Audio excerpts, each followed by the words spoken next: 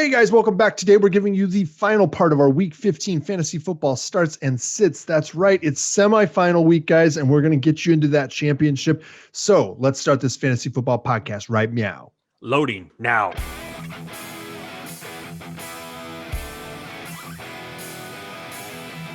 Hey everyone, I am Justin, that is Kyle, and this is the Fantasy Football Upside. Thanks for dropping by our Fantasy Football podcast and YouTube channel. We appreciate it. Today, we are giving you the second part of our start-sit questions for Sunday and Monday games for Week 15. You definitely want to check out our first part of our Week 15 start-sits by clicking where Kyle points and also down in the description below.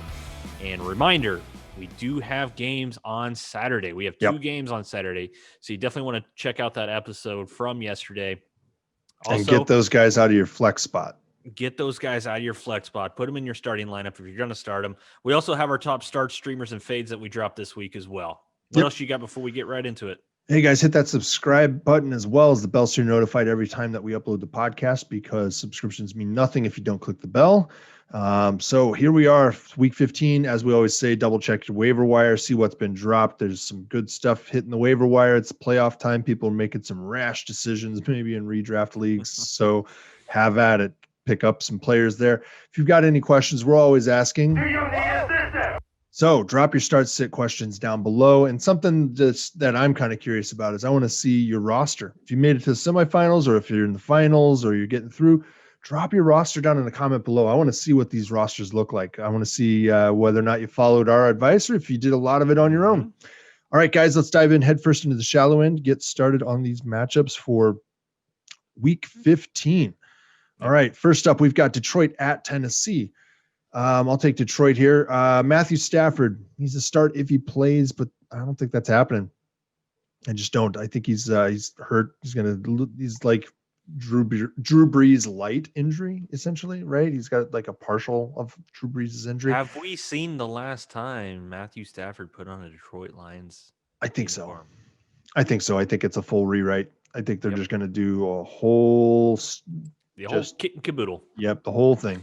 Yep. Chase Daniel, he's a start if Stafford sits, which is looking likely. This is actually a really juicy matchup, but Daniel will only be a super flex or 2 QB start most likely, and so I would lean that way. If you're starting him in your regular league, it's not 2 QB or super flex, then you're probably desperate. DeAndre Swift, he should see a decent amount of volume, but he could get game scripted out at some point is my concern with him. Galladay is not practicing. I'm calling it. He's busto, right? At this point, he's he's probably the biggest bust of the season. Yeah. Marvin Jones, good matchup, but will be a roll of the dice if Chase Daniel is taking snaps there. So be careful with that one. Quintez Cephas, he's a multi-flex with Chase Daniels out there. He's decent. He's a good sized guy. He's pretty fast. He does fight for the ball. I like him a lot. Yeah. But I don't know what's going to happen next year with him. Yeah. TJ Hawkinson, this is a decent matchup, but he's been pretty solid lately. Changes up a little bit with Chase Daniel, but I think that Chase Daniel will probably focus in more on Hawkinson than he will on the other ones. I think that he's a more reliable asset to have. So that's what I've got. What do you have on Tennessee? Ryan Tannehill, he's a start. I mean, he's a QB1 versus this terrible defense. Derrick Henry's a stud. I mean, this could be a big game. You just kind of hope that Detroit, puts up a little bit of a fight, so then they don't just like sit everybody else. Yeah, that's the one thing you might run into. But AJ Brown, he's another stud. You're going to start him. Corey Davis, I would start him as a wide receiver 3 in this favorable matchup. There's just not much on the back end of this defense to stop an AJ Brown or a Corey Davis. And if you're going to start pushing people back to help on the wide receivers, that's when Derrick Henry comes in and just smashes it down your throat. But when it comes to tight end, I just can't trust anybody right now. When it comes to Tennessee Titans, I just can't trust Jonnu Smith, Furtzer, all those guys. Yeah. All right, so Houston at Indianapolis. This is going to be a rough one for Houston, I think, but I do have a number of starts. Deshaun Watson, this is a divisional matchup with nothing to lose, everything to gain, just needs a wide receiver to throw to. there's that. But divisional games are a little weird sometimes. So I think that you can start somebody like that against a defense that's been doing really, really well all season long, because those offenses are made to beat those kinds of defenses. Now he's down a lot of assets, right?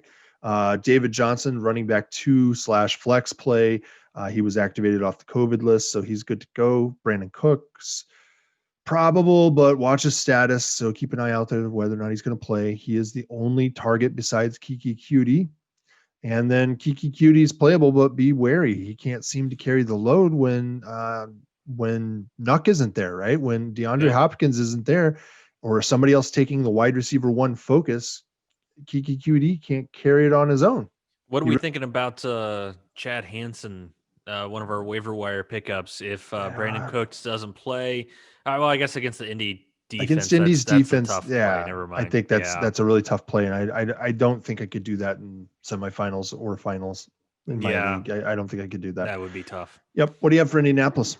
I mean, we're looking at a great team, but when it comes to fantasy, there's not a whole lot of that what you can really trust week in, week out. There's a couple guys I'm going to mention that you can, but after that, there's not much. But Phillip Rivers, we like him as a really good streamer QB. So if you've been streaming QBs throughout the whole season, you're still in the playoffs. I think this is a guy that could be available that would be a good QB to start, and he'd be great in a 2 QB or super flex league.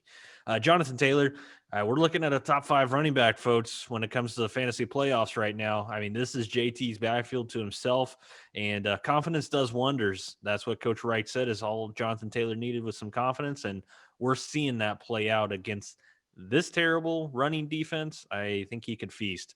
T.Y. Hilton, welcome back, baby. Welcome back. He's back. Start him. And I mean, he is the Texans' daddy. Yep. I mean, let's just say he is. Yeah. Write that down. Other than that, that's about all I got, man. I just can't trust. I really wanted Michael Pittman to keep that momentum going that he had in the middle of the season. It's just too up and down. So, well, Ty is back. So after that hit, then Pittman's been non-existent. Once Ty is back, they kind of started floating it around, mixing it up a little bit, and they throw it to a lot of different players. So it's hard. That's what I mean. It's a good offense. It's just not the greatest for fantasy purposes. Yeah. Yep. All right, let's move on here. We got Philadelphia Eagles at the Arizona Cardinals. It's the battle of the birds. And so we've got Jalen Hurts. In my opinion, 2 QB super flex, but expect trouble. I think that some people are going to run him out there. I have seen him ranked like 12th in standard scoring leagues in some websites. I'm not going to name names. I'm not convinced that he can throw the ball effectively or accurately enough to be able to do that. There was a reason that they let him just walk away in college from, what was it, Alabama? That Tua took over for him. So I'm not as convinced as a lot of people. I think his value is not as good as Lamar Jackson. I think a lot of people think he is the next Lamar Jackson. I just don't see it. Lamar Jackson could actually throw the ball. Miles Sanders, this is a decent matchup. So I think he's a good start, but I would be a little bit careful there. Just because you don't know what this offense is going to look like exactly. Jalen Reagor, this is a flex, maybe. I don't know. I don't really like it. Dallas Goedert, he's a start, but I do have concerns here about it being a bust week. I really, really do. I think that there's a potential for it. I think that if Jalen Hurts is going to get anything going, that it's going to be through the tight end first and foremost. So you hope that's Goddard if you've got him. Probably not going to be Ertz. There's something just drastically wrong with Ertz. I don't know. He's done, it seems. All right, what do you have on Arizona? Kyler Murray. I mean, he's led you this far. You're going to start him. I mean, Eagles front four. I mean, it's been solid. And it's been solid for quite a few years now, but it's going to be hard to keep up with Kyler. The rest of the defense, not the greatest for the Eagles. No. Not the greatest at all. And then Kenyon Drake. Oh, okay. We said we were not big fans of Kenyon Drake going into the season, but he just had 24 touches last week with the touchdown. So are they going to do it again? Are they going to go ahead? Okay, we're going to start running him again. Kyle's shaking his head. No, I don't think you can run on this team very well on the Eagles. Yeah, but it's just like I'm looking at volume. That's the biggest thing I'm looking at is just volume. It's Cliff Kingsbury. I don't think that they will. Yeah. DeAndre Hopkins, he made our top starts of the week for wide receivers. You do need some of the other wide receivers to step up to make it even better for DeAndre Hopkins, but I think he can potentially feast this week. But other than that, that's all I got for Arizona Cardinals, just top 3 right there. Yep. All right. I have the New York Jets, who are The worst against the LA Rams. And here's my starts. My note to myself, I put this in each player. They are going to be torn apart because they are the worst. That's right. They are the worst. And that's where I'm going to leave it. There's nobody to start. There's literally nobody worth starting there. The Rams are too good of a defense, and they're too bad of a team. They're going to find their way to 0-16. It's going to get there. It's going to happen. All right. Who do you have for the Rams? Jared Goff is he's a high-end QB too. I mean, the thing is this could get out of the hand early. And, Sean McVay has really been leaning on the run. It seems like a lot more this year than he has in years past. And you could do that whenever you have a rookie that hasn't done much throughout the whole season. And now, presumably he's pretty fresh because Cam Akers just came out and just dominated last week. Yeah. I said start him last week as a running back too, as long as he played, and he played, and he play well. Yeah. And I think this is his backfield, and I think he's an RB1 this week. Robert Woods, Cooper Kupp, you're not going to sit them. I mean, they've been wide receiver 2s throughout the whole season. It's just their plays have just been up and down. They're going to finish as wide receiver 2s at the end of the year. It's one of those Keenan Allen type situations where they get you a lot of points in certain games that you're just hoping, to kind of meet you in the middle in this game. Yeah. But that's all I got for the Rams, man. All right. Kansas City Chiefs at the New Orleans Saints. This is going to be a really good game. I just can't wait for whoever it is who's, calling this game. How many times? What do you think the over under is on them saying that this is a preview of a potential Super Bowl matchup? Right. What's the over under on that? I'm going to guess 3.5. I'm going to put it at 3.5. I'll take the over. I think it'll be the over. They'll hit the over, smashing it. Yeah. That's what I'm guessing. Pat Mahomes, this is a tough matchup, but New Orleans has been broken before by elite play. Aaron Rodgers did it alongside Robert Tonyan. And so I think that's a real concern. I think if you've got Pat Mahomes, you should march him out there and hope that he can figure it out just like Rodgers did and other players have as well. Now, Clyde Edwards-Helaire, this is a flex, but you're going to be disappointed. Tyreek Hill, start him. You got to start your studs, right? He's not going to put 200 yards up in the first quarter, but he might. You never know. It's not like he's never done it before. Can't say he won't do it. I can only say he probably won't do it. That's because, he's done it. Demarcus Robinson, super deep multi-flex play there. I think you can get away with. Travis Kelce, start him and love it. So like I said before, Robert Tonyan, Big Bobby T, and Aaron Rodgers went ballistic against New Orleans. The two of them combined, I think it was for 3 touchdowns in prime time. So I don't know, is that a high score? I think that it's possible that something similar can happen in this game between Mahomes and Kelce. So it would be a thing of beauty if you had that stack somehow. I don't know how you do that, but maybe you do. Maybe you drafted Kelce back of the first round and Mahomes at the top of the second. I don't know. Yeah. All right, New Orleans, what do you have? Oh, boy. So got a lot of conflicting reports out there, Kyle, when it comes to the quarterback position for New Orleans. Sean Payton saying one thing, that Drew Brees has a long ways to go. And then there's other reports out there stating that Drew Brees is taking first-team reps right now in practice. So you're really going to want to keep an eye on what Friday participation is, even if they have any kind of information, any kind of feedback on Saturday. It's not like you're going to start Drew Brees. In my opinion, you're not going to start Drew Brees. It's more along the lines of who you can start if he does play. Because if it's Taysom Hill, I mean, you're looking at a low-end QB1 maybe just because of his rushing floor, because he's so inaccurate. You're really hoping he runs it for a couple touchdowns, and that's a hard hope if you're in the playoffs right now. This is a better defense. This is a better defense than most. Yeah. So that's why that's a very tough type of start. That's only a 2 QB or super flex.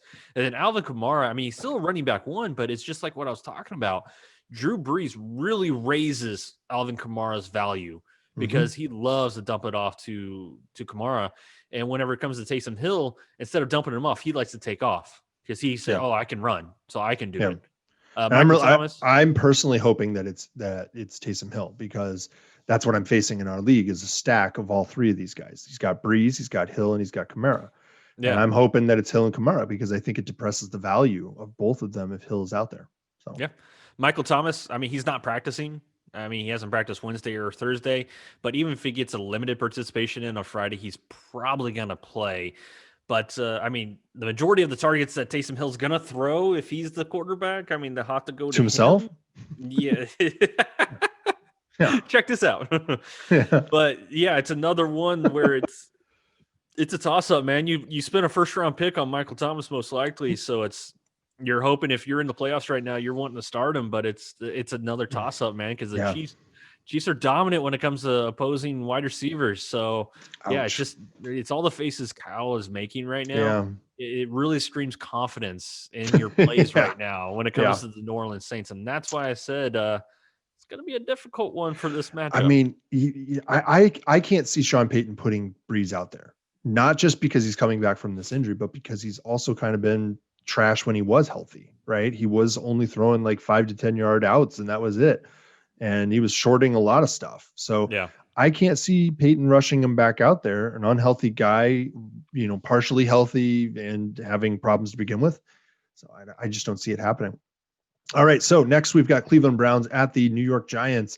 Baker Mayfield, 2 QBs, super flex only based on a really tough matchup. He does have the potential to go off at any point.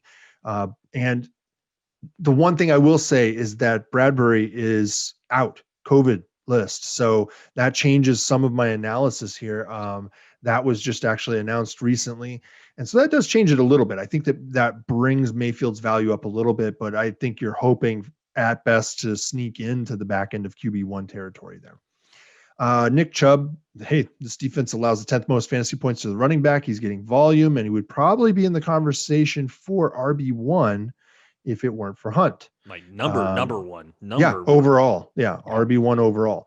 Hunt is getting enough volume still, and he's involved in the passing game in ways that Chubb is not. His value is not going to disappear in bad game scripts, that sort of stuff. So Hunt is still a viable start as an RB2.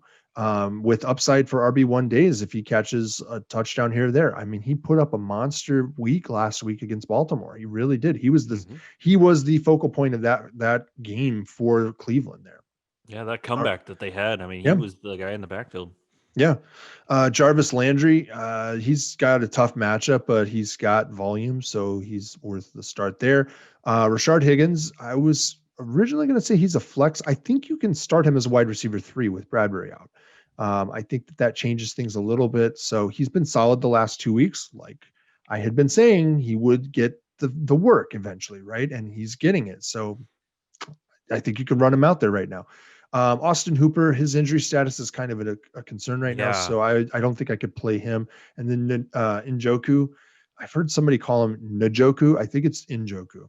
I'd say that he's an okay start if Hooper is out, but he's unlikely to do much without getting a touchdown. So I think he's a really touchdown dependent potential back end tight end 1, probably best you're going to hope for is tight end 2 territory. All right. What do you have on New York Giants? New York Giants, Daniel Jones, it's a toss-up if he's going to play. I mean, if he does play, you can possibly put him in a 2 QB or super flex start. That's only, once again, if he plays. But the value for this next guy is kind of dependent on if that happens or not, and that's Wayne Gallman. He's a flex option if Colt McCoy is the starter, but he's more of a running back too if Jones plays. It's just, I hate to say it, they're a better offense when Daniel Jones is out there. That kind of tasted funky saying that. Wide receivers, I'm going to sit every single one of them. Yeah. Trust them. Even with Danny Dimes back there, you just can't trust it. If you're going to have to trust a pass catcher, Evan Ingram. I guess you could do worse as a tight end, but I mean, this guy's been such boom or bust this year. So is this the week that he does well again? I mean, if that's the only thing you got and there's nothing else on the waiver wire, there's not a Logan Thomas out there, then I guess you have to throw Evan Ingram out there, but you're just hoping that he catches a touchdown. Yeah. Yep. All right. Pittsburgh Steelers at the Cincinnati Bengals. This is a division matchup, so it could be a crazy one. You never know what's going to happen in those games. We've got Ben Roethlisberger. This is a decent start, but he's back in QB1 written all over it. He's really kind of, I don't know if he's broken QB11 overall this season. I'm not sure. He might have gotten to 10 or 9.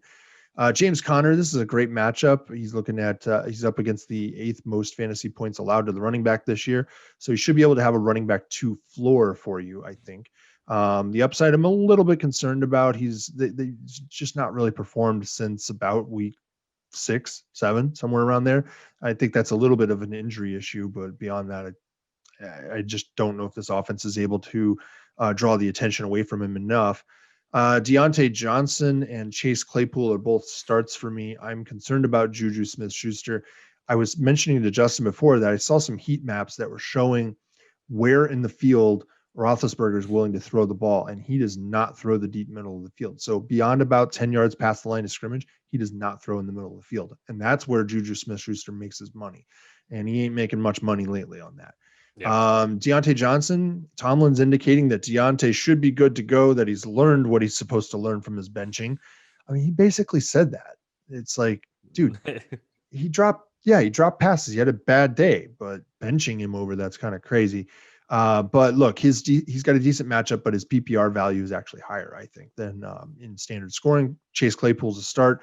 Eric Ebron is a start. They are allowing second most fantasy points to the tight end this year. Cincinnati is. So I think that's a great start.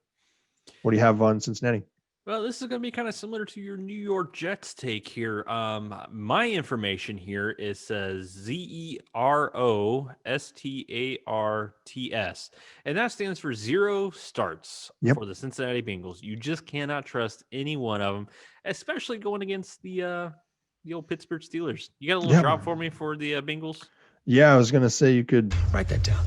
Yeah, they're just not going to do anything. No, I mean, even really with what's his name out, Dupree out, this offense isn't going to do anything. I mean, with Burrow, that would have been better, but that's absolutely. Yeah, this is. There's going to be a player that is going to have some fantasy relevance in this game when it comes to Cincinnati Bengals. We just, as a podcast, as a channel, we just can't say who that's going to be, and with any kind of faith. I mean, it's such a trash Monday night game. It really is. It really is such a trash Monday Didn't night they game. flex it to this? Was this No, they flexed flexed Cleveland and New York into the Sunday night game. They moved Dallas out of the Sunday night That's game. what it was. Yeah, it's the first time Dallas, since NBC has had Sunday night, it's the first time Dallas has been flexed out. Why would they do that? I don't know. Something to do with Mike McCarthy lying about watching every snap of the game of the season. Maybe something around there. I don't know. Anyway, that's going to do it for Week 15's matchups, guys. That's going to do it for Week 15's videos as well.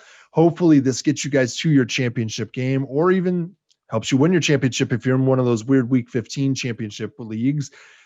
So let us know what your rosters are. Hit those up. Drop those down in the comments below. I want to know what those rosters are that got people into the playoffs and what's keeping them moving.